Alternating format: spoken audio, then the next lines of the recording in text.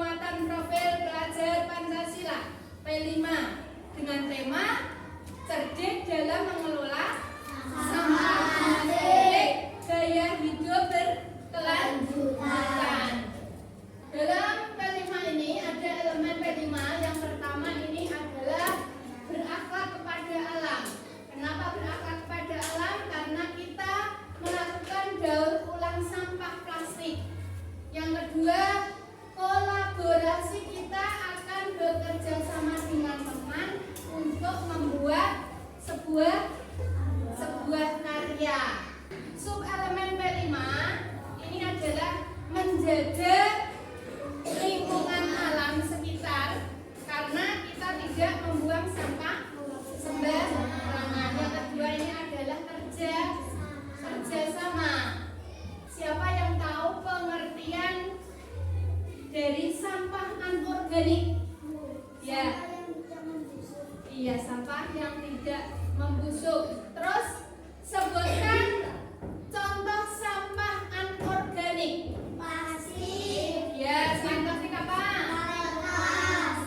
Kaleng bekas. Ya, kaleng bekas. Terus apa lagi? Botol. Ya. Kresek. Untuk selanjutnya yaitu alur aktivitas dalam kegiatan P5. Alur aktivitas terdiri dari 3. Yang pertama yaitu pengenalan, yang kedua konseptualisasi, yang ketiga aksi dan refleksi. Nah, pada tahap akhir ini kita akan membuat proyek tentang pengelolaan sampah plastik. Pengelolaan sampah plastik sebelumnya kita membuat kelompok, kita bagi dalam kelompok kecil. Untuk kelompok 1 ini terdiri dari 5 orang. Ketuanya siapa ini? Kalita. Terus yang kedua, kelompok 2 5 orang. Ketua kelasnya, ketua kelompoknya Naura. Dan kelompok 3 siapa? Ain. Kelompok 4 Haris. Kelompok 5 Sidi. Itu yang bertanggung jawab. Sekarang memasuki aktivitas 1. Yang pertama ini adalah pengenalan sampah di sekitarku. Ini tentang penelusuran permasalahan pencemaran lingkungan dan limbah plastik. Yang pertama, terdapat beberapa studi penting seperti studi oleh Jana Jambek dan timnya dari University of Georgia yang dipublikasikan pada tahun 2015. Studi ini memperkirakan bahwa tahun 2010 sekitar 275 juta ton sampah plastik ini dihasilkan di seluruh dunia, dengan antara 4,8 hingga 12,7 juta ton diantaranya memasuki lautan setiap tahun. Yang kedua, banyak dari hasil produk minuman ini menghasilkan plastik. Yang ketiga, ancaman lain ini adalah gelombang impor plastik yang kemungkinan besar datang di negara kita yang dapat menambah beban pada sistem pengelolaan limbah, meningkatkan risiko pencemaran lingkungan dan mengganggu upaya kita untuk mengurangi penggunaan plastik sekali pakai. Nah, ini mari kita simak bersama-sama video ancaman polusi plastik. Yuk kita simak bersama.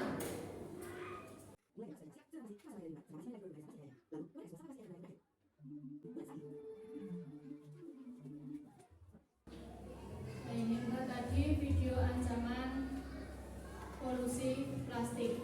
Nah, sekarang ini ada lembar kerja kelompok tentang ancaman polusi plastik. Nah, ini kamu kerjakan secara kelompok. Nanti setelah selesai kamu presentasikan perwakilan maju ke depan.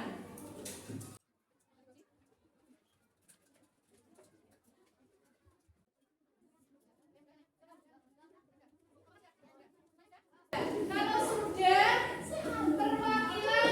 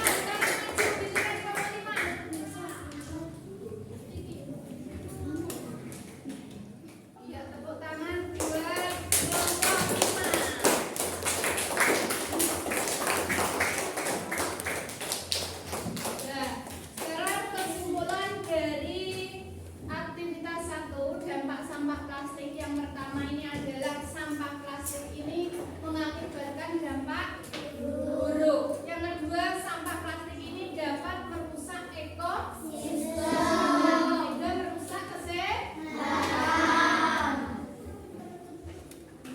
Sekarang kita masuk ke aktivitas yang kedua. Aktivitas yang kedua, kontekstualisasi. Kontekstualisasi di sini pengertian daur ulang sampah. Pengertian daur ulang sampah ini adalah proses mengumpulkan atau memproses dan mengubah bahan yang telah digunakan atau dianggap sebagai sampah menjadi produk baru yang dapat digunakan kembali.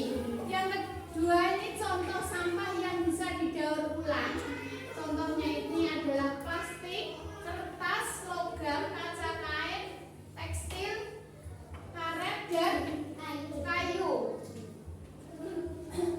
Terus yang ketiga, manfaat daur ulang sampah. Yang keempat, mengurangi pencemaran, penghematan sumber daya alam, penghematan ekonomi, meningkatkan kesadaran masyarakat, mengurangi ketergantungan pada plastik sekali pakai. Dan kita bersama-sama untuk menyimak video cara mendaur ulang sampah. Coba perhatikan cara mendaur ulang sampah. Kita perhatikan dulu video ini.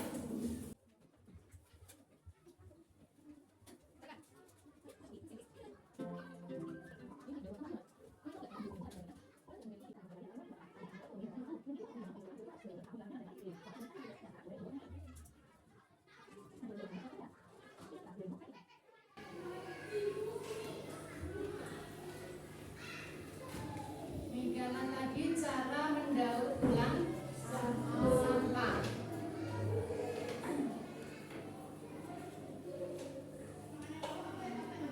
Sekarang tugas kalian ini ada kerja kelompok lagi, aktivitas yang kedua. Ini nanti kamu kerjakan secara kelompok lagi.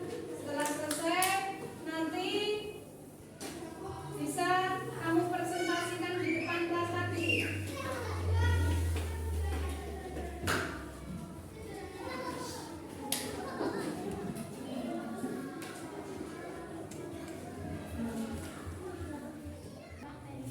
Gimana kelompok 1?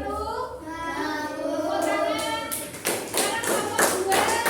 Maju ke depan. Kelompok kedua.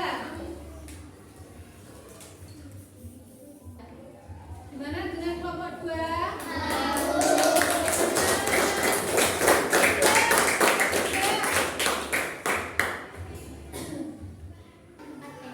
Ya, tepuk tangan. 2.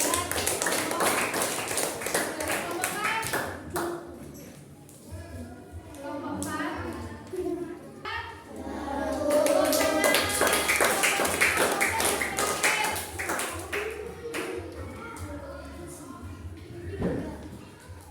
Tepuk tangan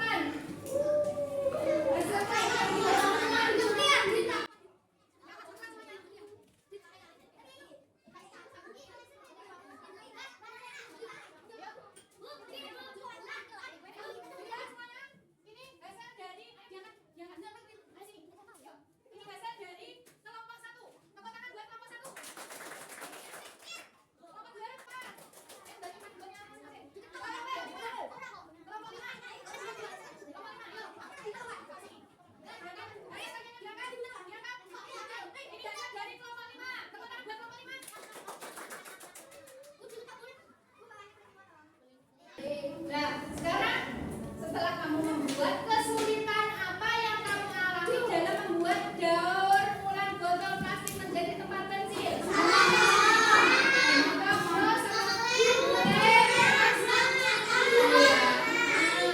Terus lagi, hal apa yang belum kamu ketahui sebelum mengikuti proyek? Belum. Iya, sudah tahu. Dan apa yang kamu ketahui setelah mengikuti proyek? Bisa membuat tempat pensil. Oke. Sekarang kesimpulan dan tindak lanjut kegiatan 3. Bahwa kita harus selalu menjaga kebersihan lingkungan sampah plastik.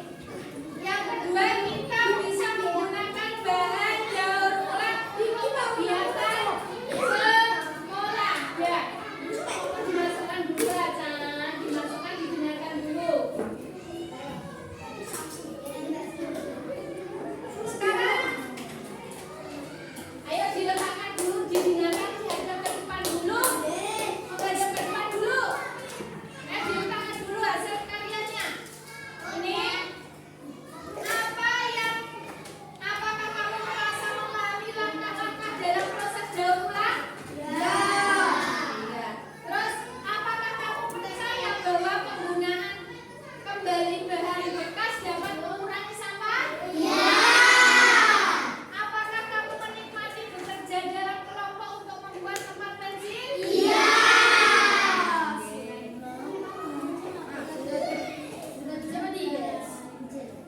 Untuk pembelajaran hari ini, untuk kelompok yang paling kompak itu adalah kelompok 5. Tepuk tangan buat kelompok 5.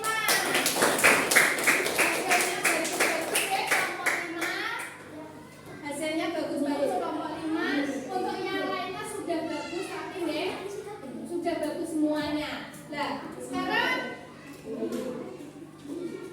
alhamdulillah kegiatan pembelajaran P5 kali ini berjalan lancar, menghasilkan karya yang baik dan bagus. Kita tutup pembelajaran kita pada pagi hari ini.